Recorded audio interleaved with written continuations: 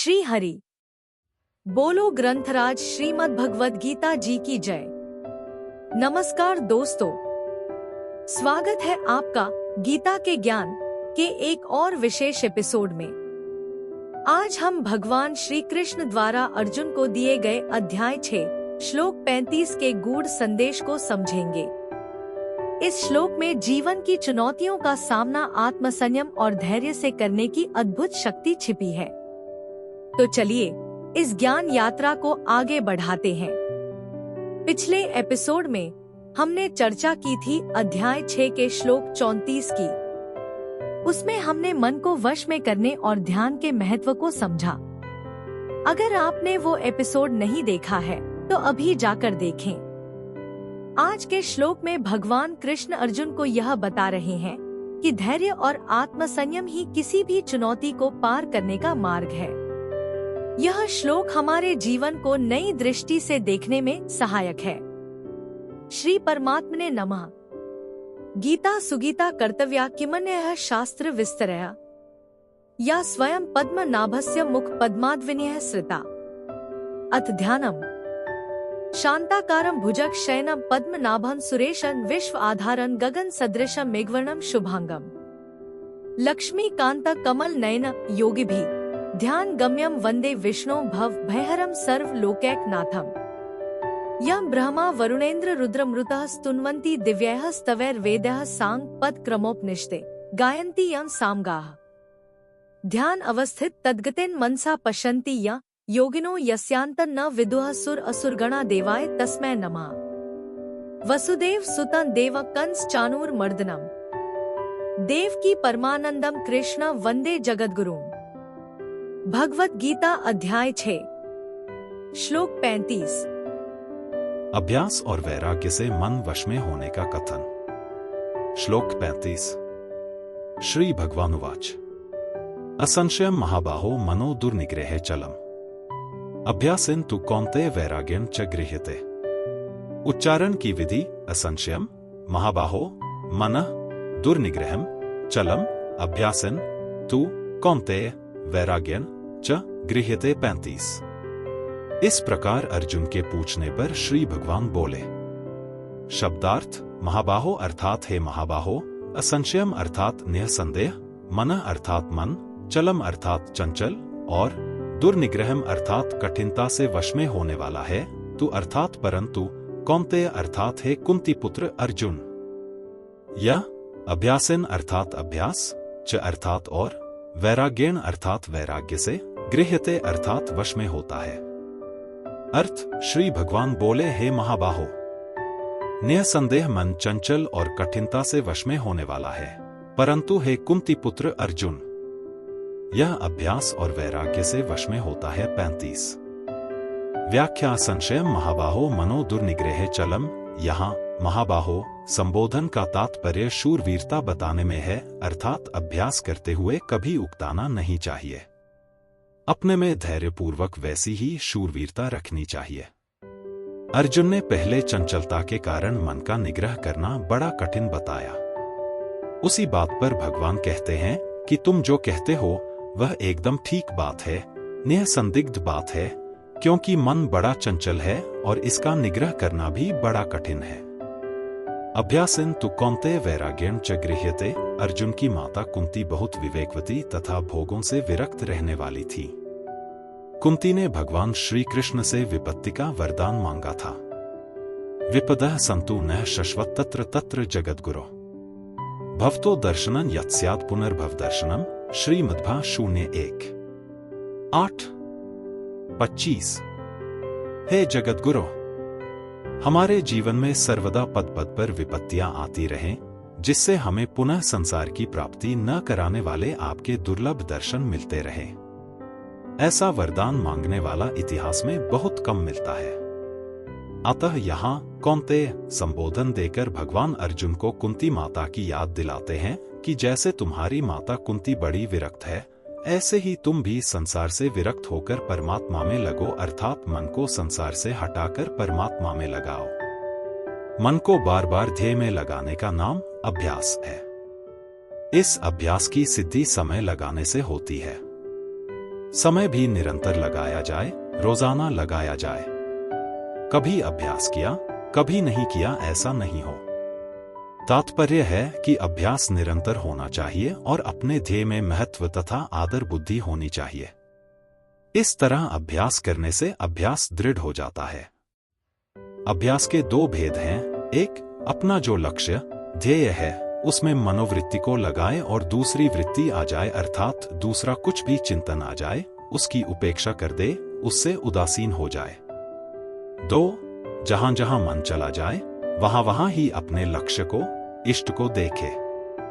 उपर्युक्त दो साधनों के सिवाय मन लगाने के कई उपाय हैं। जैसे, एक, जब साधक ध्यान करने के लिए बैठे तब सबसे पहले 2-4 श्वास बाहर फेंककर ऐसी भावना करे कि मैंने मन से संसार को सर्वथा निकाल दिया, अब मेरा मन संसार का चिंतन नहीं करेगा, भगवान का ही चिंतन करेगा और चिंतन में जो कुछ भी आएगा वह भगवान का ही स्वरूप होगा। भगवान के सिवाय मेरे मन में दूसरी बात आ ही नहीं सकती। अतः भगवान का स्वरूप वही है जो मन में आ जाए और मन में जो आ जाए वही भगवान का स्वरूप है। यह वासुदेवः सर्वम का सिद्धांत है। ऐसा होने पर मन भगवान में ही लगेगा और लगेगा ही कहा। 2, भगवान के नाम का जप करे, पर जप में 2 बातों का ख्याल रखे। एक तो नाम के उच्चारण में समय खाली न जाने दे, अर्थात रा म इस तरह नाम का भले ही धीरे धीरे उच्चारण करे पर बीच में समय खाली न जाने दे, और दूसरे, नाम को सुने बिना न जाने दे, अर्थात जप के साथ साथ उसको सुने भी। 3, जिस नाम का उच्चारण किया जाए मन से उस नाम की निगरानी रखे, अर्थात उस नाम को अंगुली अथवा माला से न गिनकर मन से ही नाम का उच्चारण करे और मन से ही नाम की गिनती करे। 4, एक नाम का तो वाणी से उच्चारण करे और दूसरे नाम का मन से जप करे। जैसे वाणी से तो राम राम राम का उच्चारण करे और मन से कृष्ण कृष्ण कृष्ण का जप करे। 5, जैसे राग रागिनी के साथ बोलकर नाम का कीर्तन करते हैं ऐसे ही राग रागिनी के साथ मन से नाम का कीर्तन करे। 6, चरणों से लेकर मुकुट तक और मुकुट से लेकर चरणों तक भगवान के स्वरूप का चिंतन करे। 7, भगवान मेरे सामने खड़े हैं ऐसा समझकर भगवान के स्वरूप का चिंतन करे। भगवान के दाहिने चरण की 5 अंगुलियों पर मन से ही 5 नाम लिख दे। अंगुलियों के ऊपर का जो भाग है उस पर लंबाई में 3 नाम लिख दे।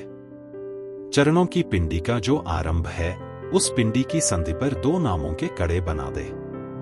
फिर पिंडी पर लंबाई में 3 नाम लिख दे। घुटने के नीचे और ऊपर एक एक नाम का गोल कड़ा बना दे, अर्थात गोलाकार नाम लिख दे। ऊरू, जंघा पर लंबाई में 3 नाम लिख दे। आधी, दाहिने तरफ की कमर में 2 नामों की करधनी बना दे। 3 नाम पसली पर लिख दे। 2 नाम कंधे पर और 3 नाम बाजू पर, भुजा के ऊपर के भाग पर लिख दे। कोहनी के ऊपर और नीचे 2-2 नामों का कड़ा बना दे। फिर 3 नाम कोहनी के नीचे पहुंचा से ऊपर के भाग पर लिख दे। पहुंचा में 2 नामों का कड़ा बना दे तथा 5 अंगुलियों पर 5 नाम लिख दे। गले में 4 नामों का आधा हार और कान में 2 नामों का कुंडल बना दे। मुकुट के दाहिने आधे भाग पर 6 नाम लिख दे, अर्थात नीचे के भाग पर 2 नामों का कड़ा, मध्य भाग पर 2 नामों का कड़ा और ऊपर के भाग पर 2 नामों का कड़ा बना दे।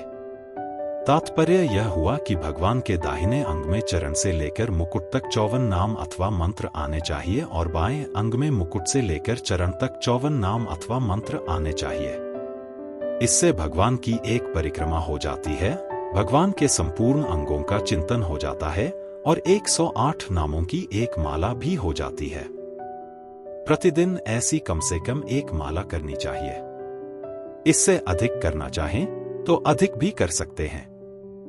इस तरह अभ्यास करने के अनेक रूप, अनेक तरीके हैं। ऐसे तरीके साधक स्वयं भी सोच सकता है।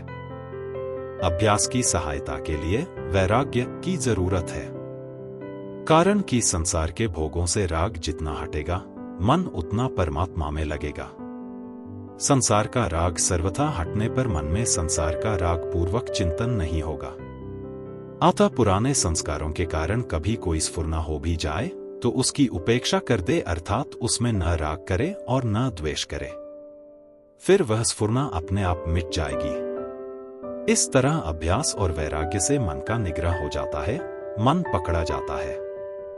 वैराग्य होने के कई उपाय हैं, जैसे एक, संसार प्रतिक्षण बदलता है और स्वरूप कभी भी तथा किसी भी क्षण बदलता नहीं।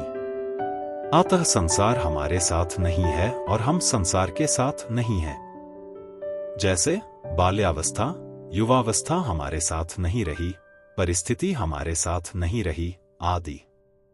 ऐसा विचार करने पर संसार से वैराग्य होता है। 2, अपने कहलाने वाले जितने कुटुंबी संबंधी हैं, वे हमारे से अनुकूलता की इच्छा रखते हैं तो अपनी शक्ति, सामर्थ्य, योग्यता, समझ के अनुसार उनकी न्याययुक्त इच्छा पूरी कर दे और परिश्रम करके उनकी सेवा कर दे, परंतु उनसे अपनी अनुकूलता की तथा कुछ लेने की इच्छा का सर्वथा त्याग कर दे। इस तरह अपनी सामर्थ्य के अनुसार वस्तु देने से और परिश्रम करके सेवा करने से पुराना राग मिट जाता है और उनसे कुछ भी न चाहने से नया राग पैदा नहीं होता। इससे स्वाभाविक संसार से वैराग्य हो जाता है। 3, जितने भी दोष, पाप, दुख पैदा होते हैं वे सभी संसार के राग से ही पैदा होते हैं और जितना सुख, शांति मिलती है वह सब रागरहित होने से ही मिलती है। ऐसा विचार करने से वैराग्य हो ही जाता है। संबंध पूर्व श्लोक में अभ्यास और वैराग्य द्वारा मन के निग्रह की बात कहकर अब आगे के श्लोक में भगवान ध्यान योग की प्राप्ति में अन्वय व्यतिरेक से अपना मत बताते हैं। कल के एपिसोड में हम अध्याय 6 के श्लोक 36 पर चर्चा करेंगे। इसमें भगवान श्री कृष्ण यह बताएंगे कि साधना और समर्पण के बिना आत्मा की विजय संभव नहीं है। वीडियो को लाइक करें, अपने विचार कमेंट में साझा करें और हमारे चैनल को सब्सक्राइब करना न भूलें। कल मिलते हैं एक और ज्ञानवर्धक चर्चा के साथ। धन्यवाद। दोस्तों, आज का श्लोक आपको कैसा लगा? क्या आप भी ये मानते हैं कि भगवद गीता सिर्फ एक ग्रंथ नहीं, बल्कि जीवन जीने का एक पूरा नक्शा है? अगर हाँ, तो इस वीडियो को लाइक और शेयर करके अपनी सहमति जरूर बताएं। याद रखें, हर समस्या का समाधान हमारे भीतर ही है। भगवद गीता का ज्ञान हमें यह सिखाता है कि हम कैसे अपने भीतर की शक्ति को पहचान सकते हैं और अपने जीवन को सफल बना सकते हैं। कल मिलते हैं एक और रोमांचक श्लोक के साथ। तब तक के लिए अपना ध्यान रखें और भगवद गीता की सीख को अपने जीवन में उतारते रहें। बोलो ग्रंथराज श्रीमद् भगवद गीता जी की जय। जय श्री कृष्ण।